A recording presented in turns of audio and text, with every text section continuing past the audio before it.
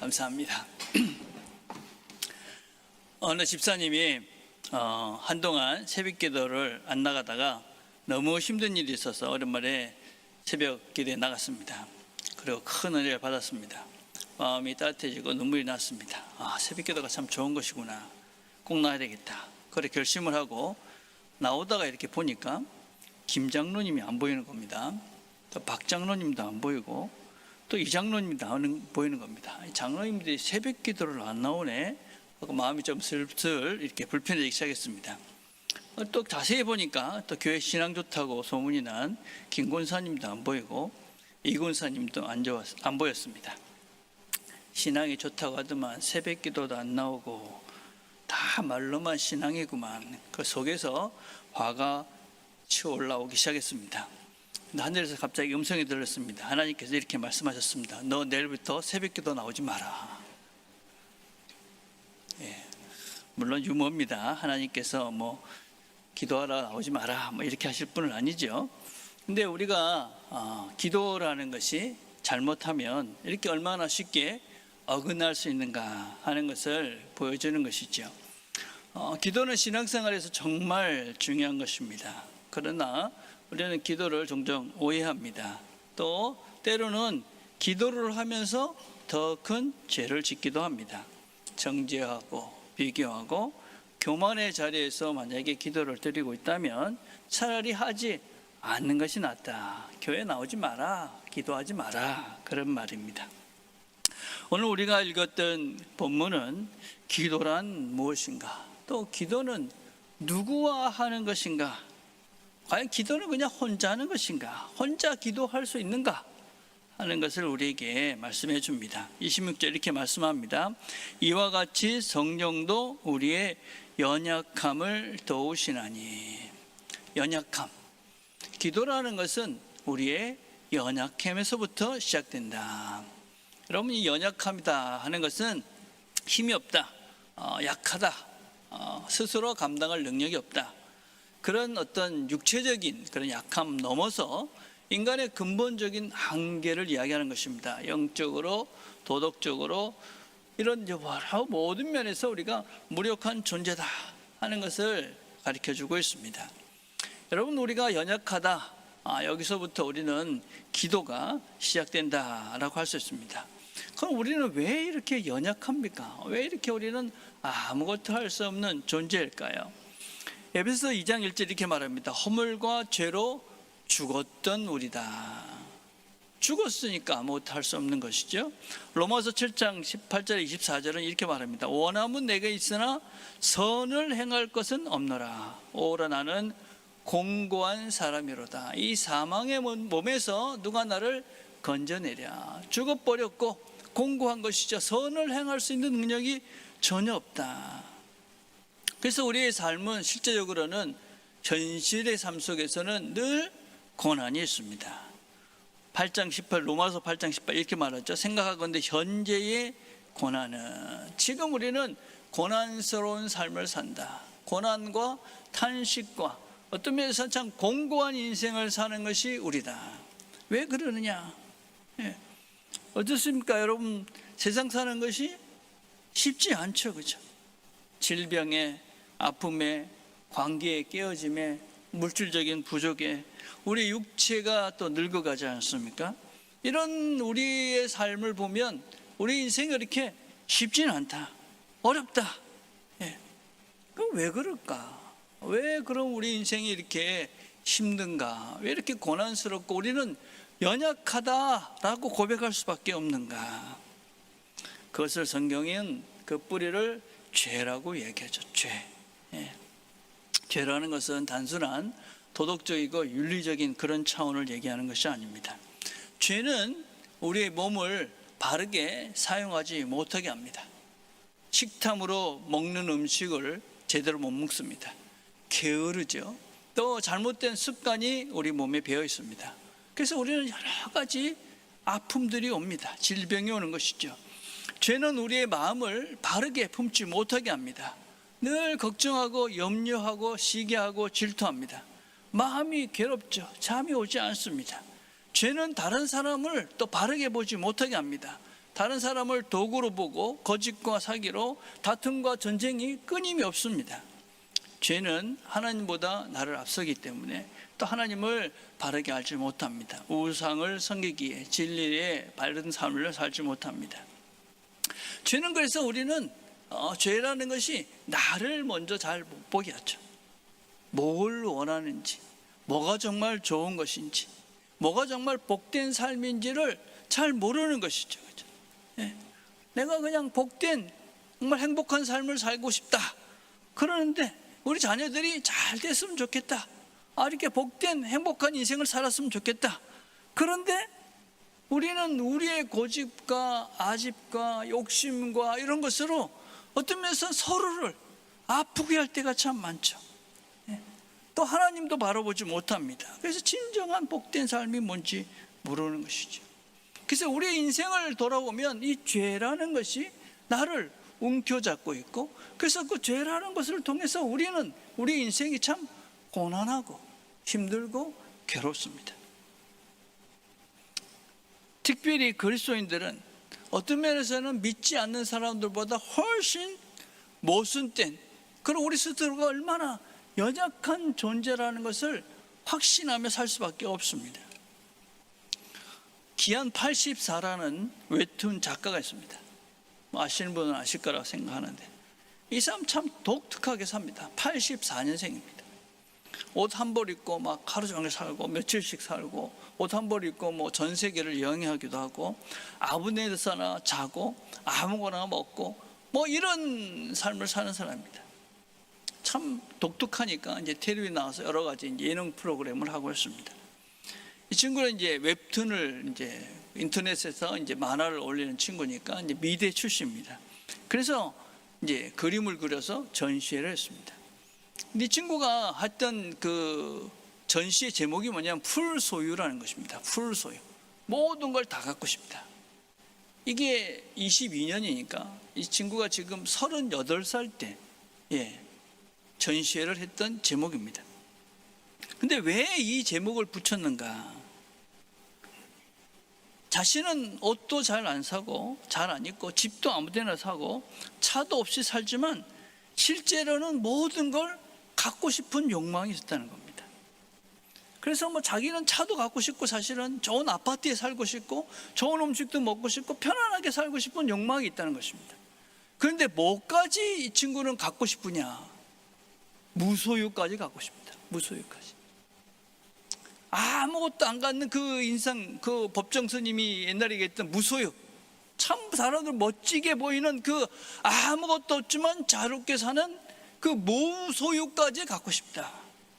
그래서 제목이 풀소유입니다. 풀소유. 얼마나 모순됐습니까? 아무것도 그 안 갖는 그거를 추구한다 하면서 다 갖고 싶은 것이지. 다 갖고 싶은. 얼마나 모순적 삶인지 모르죠. 저는 이 청년을 보면서 참 존경스러웠습니다. 참 38밖에 안 된 청년이 자신을 냉정하게 본 것이죠. 제가 어떤 존재인지를 본 거예요. 나는 이렇게 탐심이 있고 이런 것까지, 세상 사람들 보기에 참 멋지게 보이는 이런 것까지 갖고 싶은 존재구나. 그러면서 저는 제 모습들이 거기 있더라고요. 저도 목사로서 뭐 이런 무소유적인 삶을 살고 싶은 마음이 있습니다. 근데 속으로는 여전히, 실제로는 먹고 사는데 불편하지 않았으면 좋겠고, 사람들을 만나면 내가 먼저 대접하고 밥 사주고 싶고, 또 타고 다닐 만한 차가 있었으면 좋겠고, 또 어디 가고 싶을 때 그냥 여행도 한 번씩 가고 그랬으면 좋겠다는 마음이 있어요. 그런데 무소유라는 이 멋진 인생도 살고 싶어요. 여러분, 이 두 개가 안 맞는 거죠. 여러분, 그리스도인들의 이 삶이 사실은 이런 모순된 삶을 사는 거예요. 우리는 사랑과 평화와 온유와 인내와 자비와 영선의 그런 성령의 열매를 맺고 싶다, 이런 열매를 맺어야 된다라고 우리가 이야기하고 추구하는 것 같지만, 동시에 우리는 좋은 차에, 좋은 집에, 저 사람들에게 인정받고 대접받는 그런 인생을 또 살고 싶은 거예요. 성령의 열매를 맺으려면 나를 희생해야 됩니다. 내가 낮아져야 됩니다. 내 것을 다 나눠주고 나는 가난한 인생을 살아야 될지도 모릅니다. 그런데 여전히 높아지고 싶고 더 편해지고 싶고, 그리고 다른 사람들 생각보다는 내 뜻대로 하고 싶고, 내 것을 나눌 거 이런 생각보다는 어떻게 하면 더 많이 가질까를 궁리하면서 삽니다. 교회에 나와서 예수를 믿으면서도 여전히 육신의 정욕과 안목의 정욕과 이생의 자랑을 쫓으면서도 어떤 사람들은 자기가 뭘 추구하는지도 모르고 자기가 그냥 불소유 같은 모순적 인생을 사는지도 모르고 교회에 앉아 계신 분도 계십니다. 어떤 사람들은 알면서도 여전히 이생의 자랑과 육신의 정욕을 쫓아서 그것들을 추구하면서 삽니다. 이게 바로 우리가 연약한 죄의 영향력 아래에 있는 나의 실존입니다.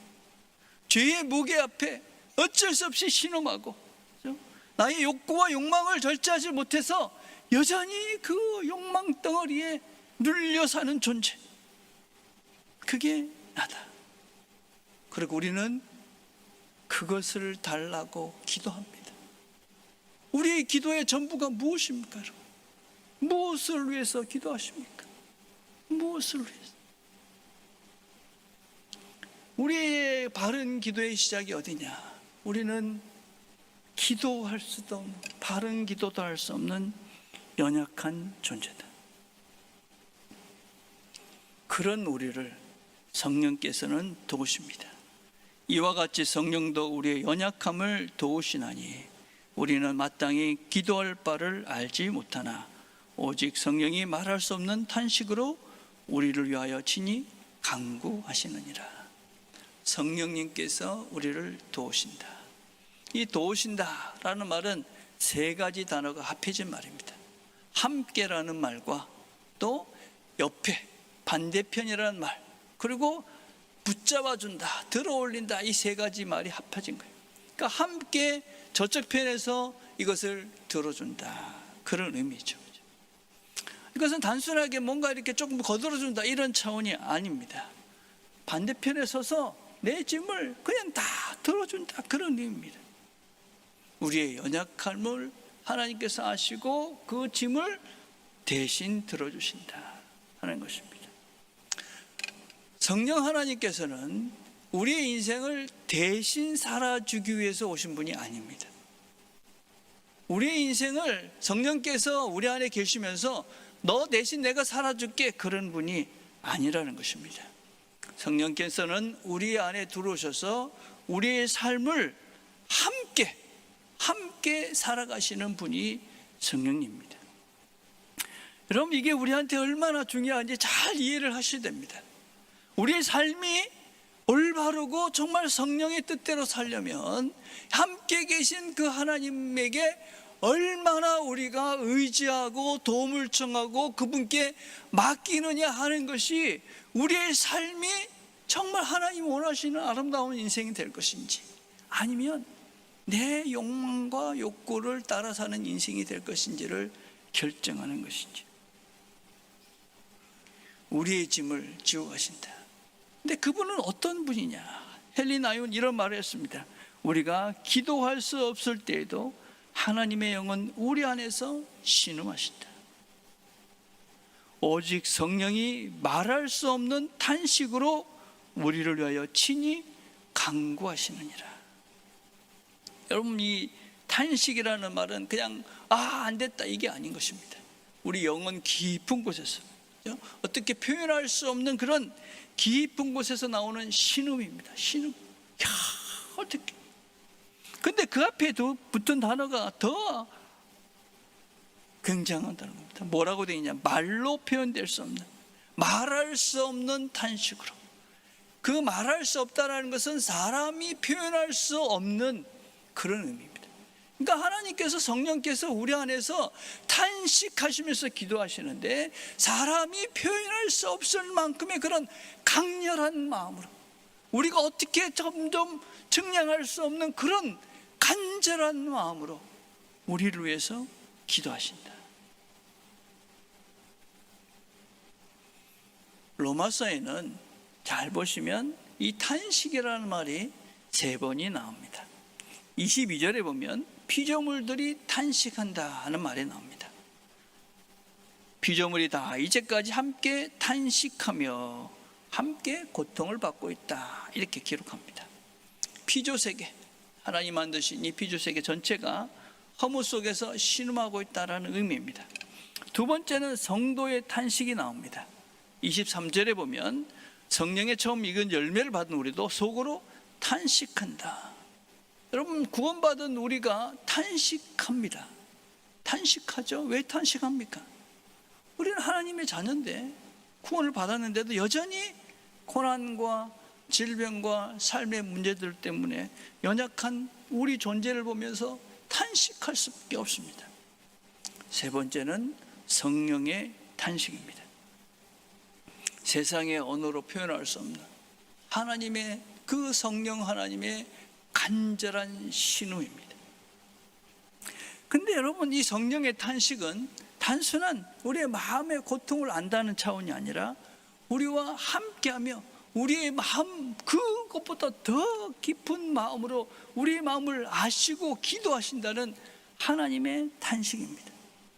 성령께서는 우리의 고통을 밖에서 관찰하시면서 그래 힘내라, 그런 분이 아니라 우리의 연약함을 아시고 우리와 함께 하시며 우리보다 더 깊이 있는 곳에서 기도하시고 탄식하신다 하는 것입니다. 근데 그 탄식이라는 말을 잘 살펴보면 이 탄식은 절망이 아니라 상고입니다. 로마서 8장 22절에 이렇게 말합니다. 피조물이 다 이제까지 함께 탄식하며 함께 고통을 겪고 있다는 것을 우리가 아느니라. 여기서 이 고통이라는 말은 단순한 아픔을 의미하지 않습니다. 우리의 번역은 그냥 고통이라고 되어 있지만 원래 원어의 뜻과 영어 성경을 보면 이것은 산고의 고통을 말합니다. 산고의 고통. 그러니까 아픔을 겪이는데 우리가 모든 것들이 이렇게 고통을 겪는데 그 고통은 그냥 죽음과 절망으로 끝나는 고통이 아니라 새로운 생명을 잉태하고 새로운 생명을 시작하는 아픔이다 라는 것입니다. 우리의 탄식도 그렇습니다. 여러분, 우리가 왜 탄식해야 됩니까?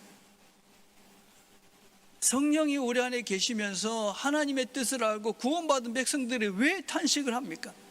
탄식하셔야 됩니다. 나는 아무런 탄식이 없어. 그럼 정상이 아니죠. 왜 그러냐? 우리는 우리를 보면 한심하잖아요. 내가 예수를 믿은 지 30년, 40년, 50년이 됐는데도 여전히 나 하나를 조절하지 못하고 내 마음을 조절하지 못하고 내 입을 조절하지 못하고 내 생활을 조절하지 못하는 나를 보면 한심하니까 우리가 탄식하죠.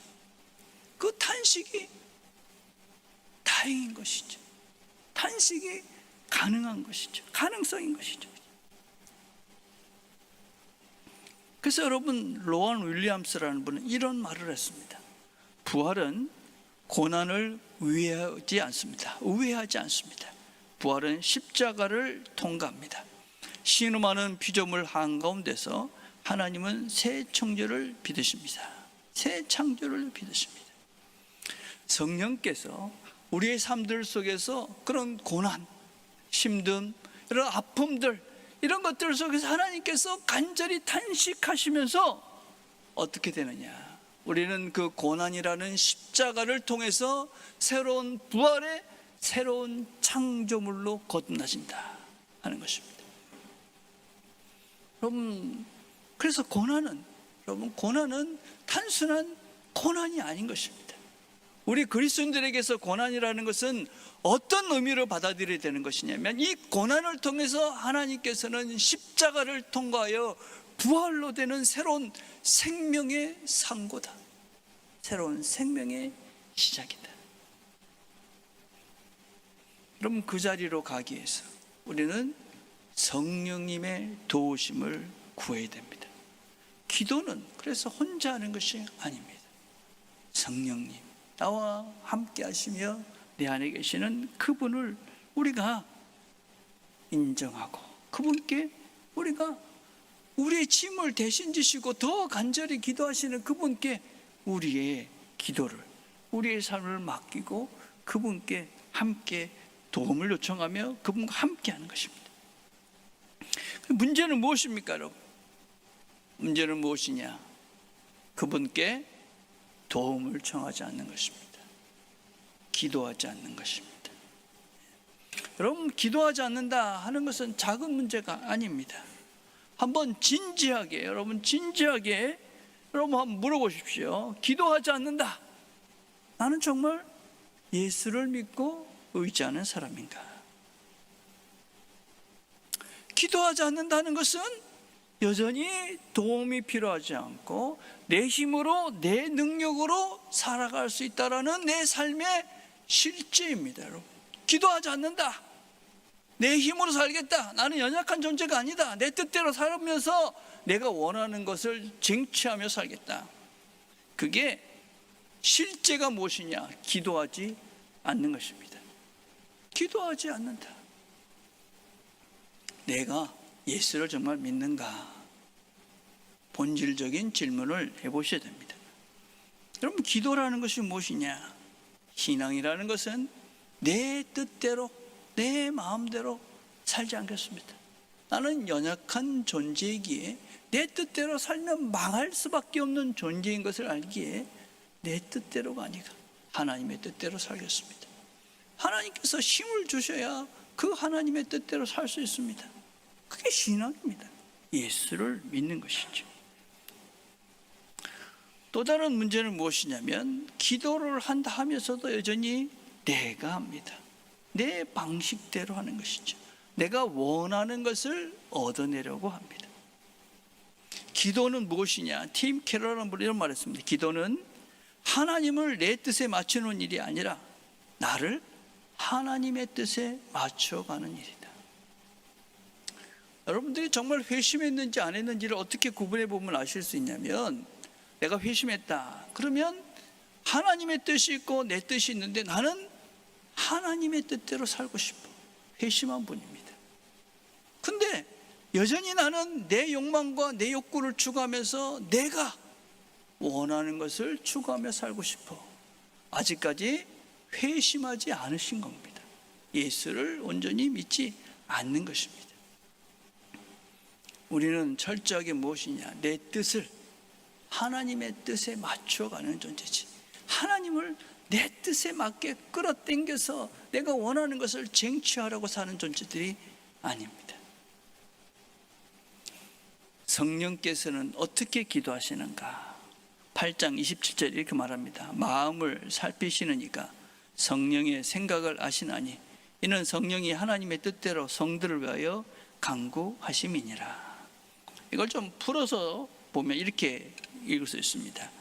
사람의 마음 깊은 곳까지 살피시는 하나님은 성령께서 무엇을 원하시고 어떤 뜻으로 기도하시는지를 아십니다. 왜냐하면 성령께서는 하나님 뜻에 꼭 맞게 성도들을 위해 간구하시기 때문입니다.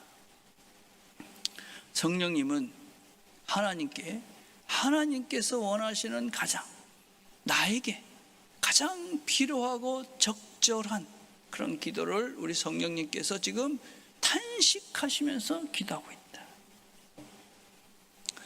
성령님께서는 과연 우리를 위해서 무엇을 위해서 기도하실까요? 성령님께서는 여러분을 위해서 지금 무엇을 위해서 기도하실 것 같습니까? 여러분, 예수를 믿으면 우리 안에 성령님이 계십니다. 그래서 성령님은 성경에 분명히 우리를 위해서 탄식하시면서 기도하신다, 간절히 기도하신다, 하나님 아버지의 뜻에 맞게 꼭 들어주실 그런 기도를 지금 성령님께서는 우리를 안에서 기도하고 계신다. 근데 여러분들은 지금 하나님께서는, 과연 그 성령님께서는 하나님께 어떤 기도를 드리고 계실까요? 어떤 기도를 드리고 계실까요? 한번 여러분 이런 생각을 해보세요. 한번 여러분은 하나님께서 여러분의 자녀들을 위해서 어떻게 기도해 주시기를 원하세요? 어떤 기도를 해주셨으면 좋겠어요? 여러분의 자녀들이 있잖아요. 여러분의 손주들이 있잖아요. 그 손주들을 우리 안에 계시는 성령님께서는 과연 어떻게 기도하셨으면 좋겠습니까? 여러분의 자녀들을 위해서 성령님께서는 어떤 기도를 해주셨으면 좋겠어요? 부자가 되라고 기도했으면 좋겠어요? 좋은 대학에 가라고 기도했으면 좋겠어요? 인생을 살면서 유명해지면 좋겠다고 기도했으면 좋겠어요? 그렇게 기도하실까요? 성령님께서는 아마 이렇게 기도하실 거예요. 이 아이가 더 사랑이 많은 아이가 되게 해주세요. 이 아이가 믿음이 더 풍성해서 나와 늘 동행하는, 하나님과 동행하는 아이가 되게 해주세요. 더 온유하고 더 겸손하고 더 넉넉하고 어려움 속에서 믿음으로 승리하는 사람이 되게 해주세요. 저는 저를 위해 성령께서 어떻게 기도하실까 생각을 해봤어요.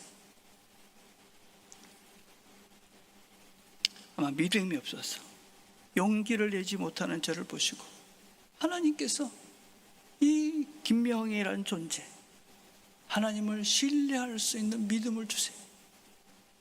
사랑이 부족한 저를 보시고 성도들을 정말 사랑할 수 있는, 하나님의 사랑으로 자신을 내어줄 수 있는 사랑의 사람이 되게 해주세요. 너무 작고 응결한 제 마음을 보시면서 넉넉하고 풍성한 목사가 되게 해주세요.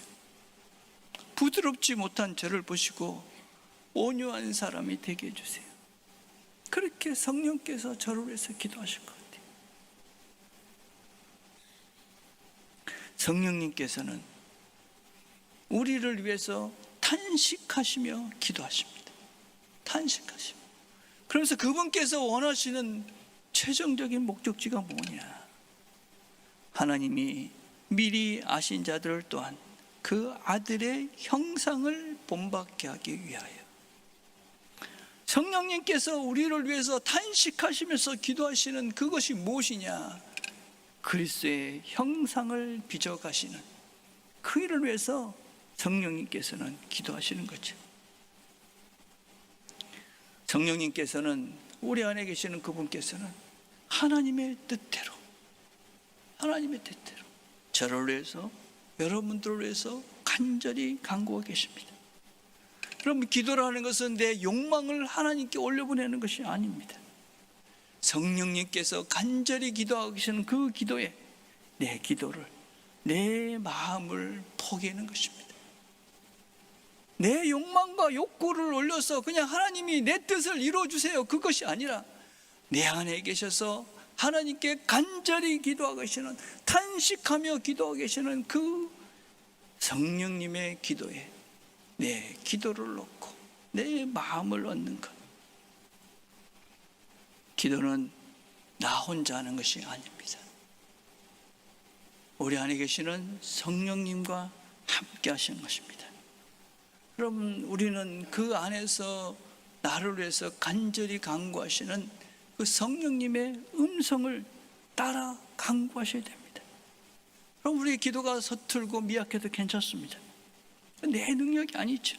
내 안에 탄식하시는 성령의 능력이 그 기도를 하나님께 올려드리는 것입니다. 기도해 보십시오. 그리고 우리 안에 계시는 그 성령님과 함께 기도하십시오. 혼자서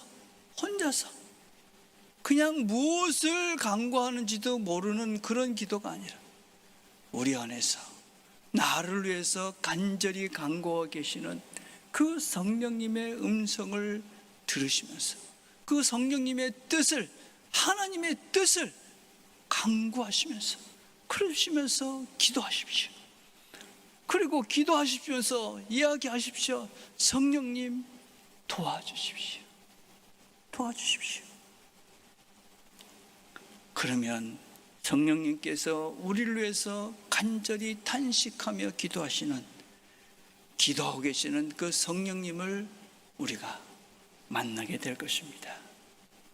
그리고 성령님께서 기도하시는 그 기도에 응답하시며 성령님께서 기도하시는 그대로 하나님이 역사하시는 하나님의 손길들을 우리의 삶 속에서 우리가 누리게 될 것이고, 우리가 주님이 원하시는 멋진 존재로 하나님의 영광스러운 존재로 그리스도의 형상을 닮아가는 존재로 우리가 새로워지게 될 것입니다. 이제 성령님에게 도움을 청하시고 성령님과 함께 기도를 시작해 가십시오. 기도하겠습니다.